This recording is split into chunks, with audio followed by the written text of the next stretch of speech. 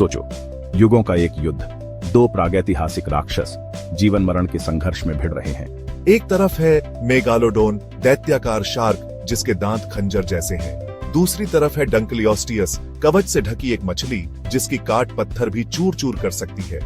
इस महामुकाबले में कौन जीतेगा? चलो प्रागैतिहास की गहराई में उतरते हैं और पता लगाते हैं। ये एक ऐसा युद्ध है जो सिर्फ हमारी कल्पना में हो सकता है।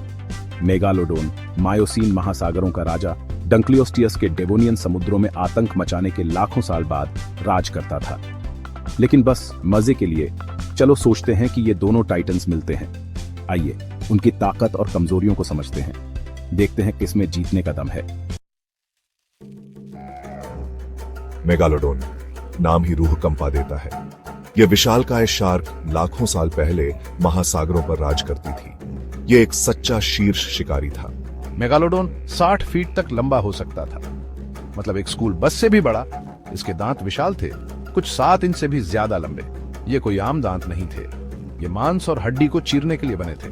मेगालोडोन के जबड़े कुदरत का एक कहर थे, इतिहास के सबसे शक्तिशाली काटने में से एक। सोचो, वो कड़क। मेगालोडोन व्हेल और अन्य बड़े समुद्री जानवरों को खाता था। यह शिकार के लिए बना था। इसका विशाल आकार और शक्तिशाली पूंछ इसे भयानक गति से तैरने, अपने शिकार का आसानी से पीछा करने की अनुमति देती थी। अब मिलिए डंकलियोस्टियस से। ये कोई आम मछली नहीं थी, ये एक प्रागैतिहासिक टैंक था जो हड्डी के कवच से ढका था। डंकलियोस्टियस डायनासोर से बहुत पहले डेवोनियन काल के दौरान रहता था। यह उथले समुद्रों का एक भयंकर शिकारी था। मेगालोडोन जितना बड़ा न होते हुए भी डंकलियोस्टियस एक दुर्जय प्राणी था। यह 30 फीट तक लंबा हो सकता था। इसकी सबसे खास बात, इसका सिर और गर्दन मोटी हड्डी की प्लेटों में ढंके हुए थे। यह प्राकृतिक कवच सबसे खूंखार शिकारियों से भी सुरक्षा प्रदान करता था। लेकिन डंकलियोस्टियस सिर्फ बचाव के बारे में नहीं था। इसके पास एक ऐसी काट थी जिससे डरना लाजमी था। दांतों के बजाय इसमें तेज हड्डी की प्लेटें थीं जो खुद को तेज करने वाली कैंची की तरह काम करती थीं। ये हड्डी और कवच को आसानी से तोड़ और कुचल सकती थीं। सोचो, कैसी पावरफुल बाइट। भाग 4, आकार और ताकत, दो दानवों की कहानी। आकार की लड़ाई में मेगालोडोन का साफ तौर पर पलड़ा भारी है। यह डंकलियोस्टियस से कई गुना बड़ा और भारी था।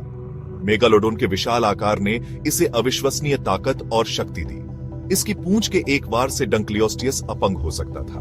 लेकिन डंकलियोस्टियस के पास एक गुप्त हथियार था, उसका कवच। उसके सिर और गर्दन को ढकने वाली वो मोटी हड्डी की प्लेटें मेगालोडोन के काटने से काफी सुरक्षा प्रदान करती थीं। कल्पना कीजिए कि मेगालोडोन झपट्टा मारता है, जबड़े खुले हुए, लेकिन सामना होता है डंकलियोस्टियस के बख्तरबंद सिर से। यह पत्थर में काटने जैसा होगा। क्या मेगालोडोन के दांत उस कवच को भी भेद सकते हैं? यह एक ऐसा सवाल है जो आज तक जीवाश्म विज्ञानियों को परेशान करता है। भाग 5, गति, फुर्ती और युद्ध रणनीतियां। गति और फुर्ती के मामले में मेगालोडोन फिर से आगे है। इसका सुव्यवस्थित शरीर और शक्तिशाली पूंछ इसे अविश्वसनीय गति और सुंदरता के साथ पानी में चलने देती थी। यह ज्यादा बोझिल डंकलियोस्टियस को आसानी से पछाड़ सकता था।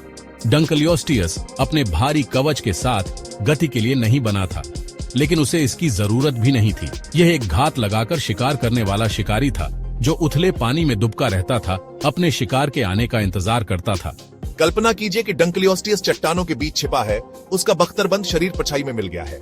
अचानक मेगालोडोन तैरता हुआ आता है, नीचे छिपे खतरे से अनजान। डंकलियोस्टियस अचानक हमला कर सकता था, मेगालोडोन को बेखबर पकड़ सकता था। भाग 6 और विजेता है। तो मेगालोडोन और डंकलियोस्टियस के बीच लड़ाई में कौन जीतेगा? यह एक ऐसा सवाल है जो जीवाश्म विज्ञान के शौकीनों के बीच अंतहीन बहस छेड़ देता है। दोनों जीव अपने समय के शीर्ष शिकारी थे, घातक हथियारों और अविश्वसनीय सुरक्षा से लैस। आमने सामने की लड़ाई में मेगालोडोन का आकार, गति और शक्तिशाली काट इसे एक महत्वपूर्ण लाभ देगा। यह संभवतः डंकलियोस्टियस को पछाड़ सकता है और अपने दांतों से घातक प्रहार कर सकता है। हालांकि डंकलियोस्टियस का कवच एक बड़ी चुनौती साबित हो सकता है। डंकलियोस्टियस का एक सही जगह पर काटा मेगालोडोन को गंभीर नुकसान पहुंचा सकता है। यह संभव है कि मेगालोडोन उस हड्डी के कवच को काटने की कोशिश में अपना एक दांत भी तोड़ दे। अंततः इस महाकाव्य युद्ध का परिणाम कई कारकों पर निर्भर करेगा। इलाका, अचानक हमले का तत्व और यहाँ तक कि भाग्य भी।